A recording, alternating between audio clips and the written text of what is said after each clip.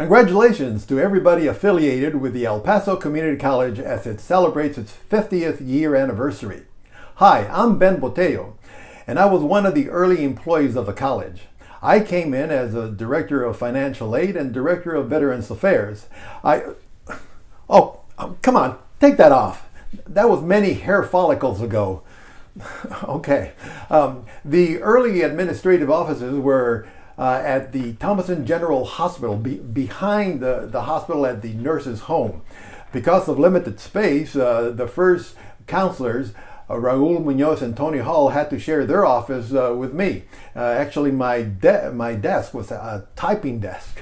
Later on, I had an office at an adjacent building connected to the hospital where the methadone clinic was. And yes, invariably every week, people would come in and ask me to give them their medication. It was a crazy time. Later, when we moved to the Logan Heights campus, Dr. De Los Santos asked me to focus on the Veterans Affairs office. So at that time, my very good friend Rafael Salas became the Director of Financial Aid. Now remember, in the 70s, it was a different time. The Vietnam War was winding down, and thousands of veterans were coming back to an unwelcoming society. So we set up the Office of Veterans Affairs to give services to the veteran students, and we started a program that became a model program for other community colleges. We had veteran students who became outreach workers, and they had office hours, but not the kind of office hours that you would think. Their office hours were at wherever the veterans would congregate, like at pool halls, bars, bowling alleys, nightclubs. They would post signs to show when they would be there, to give them information about their VA benefits and the opportunities at El Paso Community College.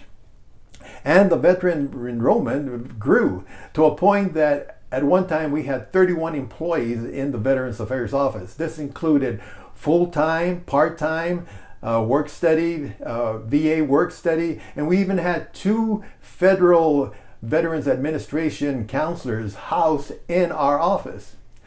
We started a Veterans Association, and we had a monthly newsletter that went out, mailed to the veteran students.